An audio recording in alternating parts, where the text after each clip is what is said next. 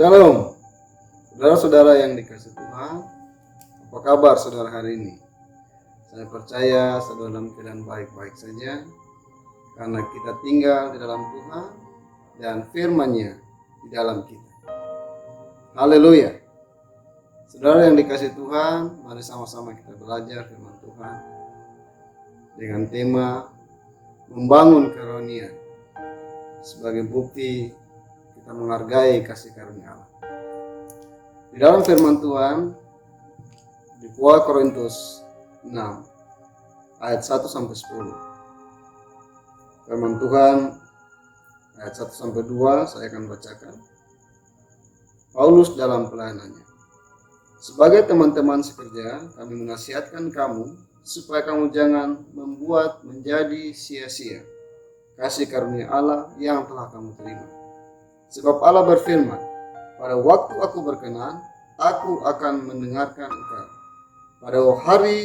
Pada hari aku menyelamatkan, aku akan menolong engkau. Sesungguhnya waktu ini adalah waktu perkenanan itu. Sesungguhnya hari ini adalah hari penyelamatan itu. Saudara-saudara yang dikasihi Tuhan,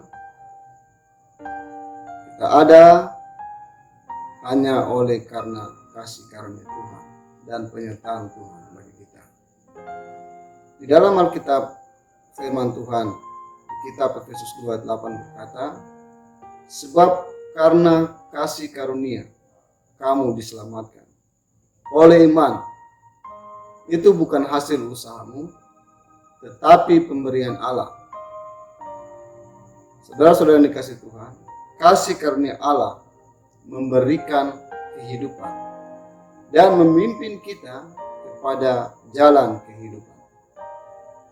Hidup dalam kasih karunia Allah berarti kita hidup dalam ketaatan iman yang bertujuan membawa kita kepada kebenaran. Paulus menasihati jemaat di Korintus agar tidak menyanyiakan kasih karunia Allah atau menjauhkan diri dari kasih karunia Allah atau menganggap rendah kasih karunia Allah. Tetapi sebaiknya adalah kita menghargai kasih karunia Allah dengan cara membangun karunia-Nya dengan benar dan bertumbuh dewasa di dalam Kristus seperti yang telah dilakukan oleh Paulus. Pertanyaannya bagi kita saudara sekalian, bagaimana caranya kita dapat membangun karunia kita sebagai bukti kita menghargai kasih karunia Tuhan? Yang pertama adalah kita hidup tidak menjadi sandungan atau menjadi sebab bagi orang lain. Dalam ayat 3-4 dalam konteks firman Tuhan ini. Dalam hal apapun kami tidak memberi sebab orang tersandung, supaya pelayanan kami jangan sampai dicela. Sebaliknya dalam segala hal kami menunjukkan bahwa kami adalah pelayan Allah. Seorang pelayan Allah bertanggung jawab menyatakan Allah yang ada dalam dirinya. Apa yang harus kita nyatakan sebagai seorang pelayan Allah? Pastilah Allah dalam diri kita.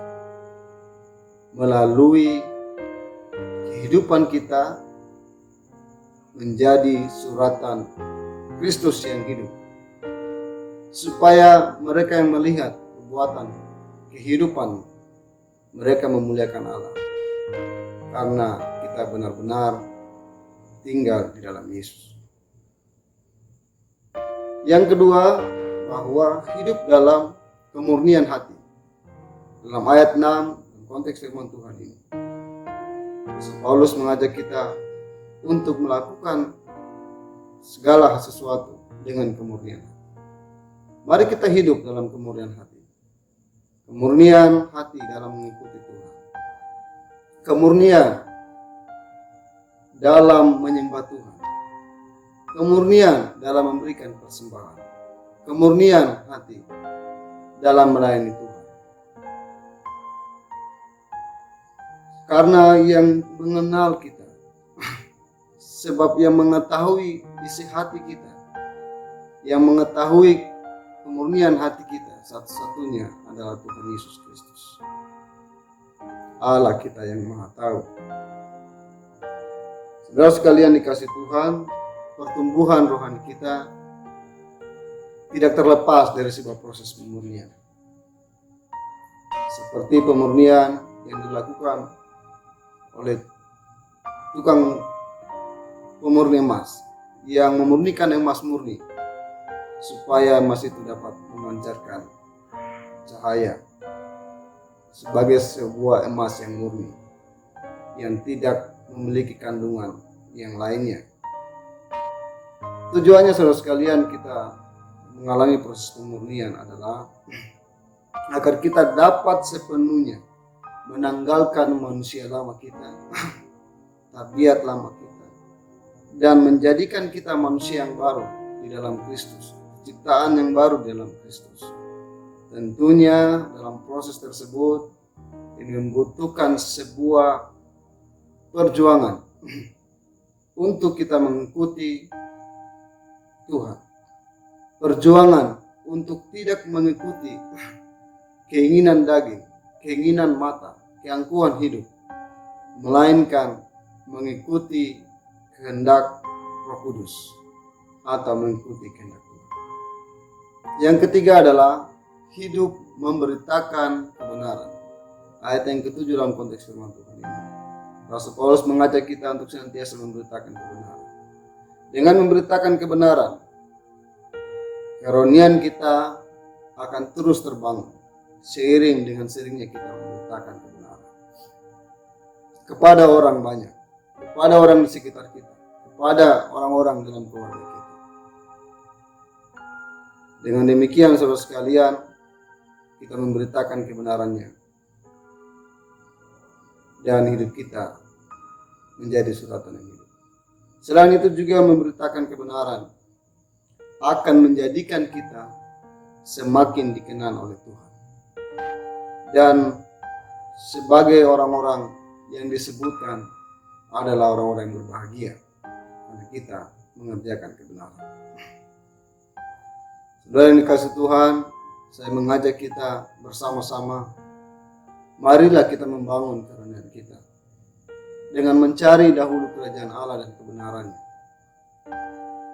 Dengan demikian kita menjadikan diri kita menjadi pribadi yang dikenal oleh Tuhan dan disebut anak-anak Allah, karena kita telah melakukan kebenaran dan menyatakan kebenaran pada banyak orang. Tuhan memberkati kita sekalian untuk tetap membangun kerohanian kita dengan bertumbuh ke arah Kristus, menjadi serupa dengan Kristus. Tuhan memberkati kita. Shalom, shalom.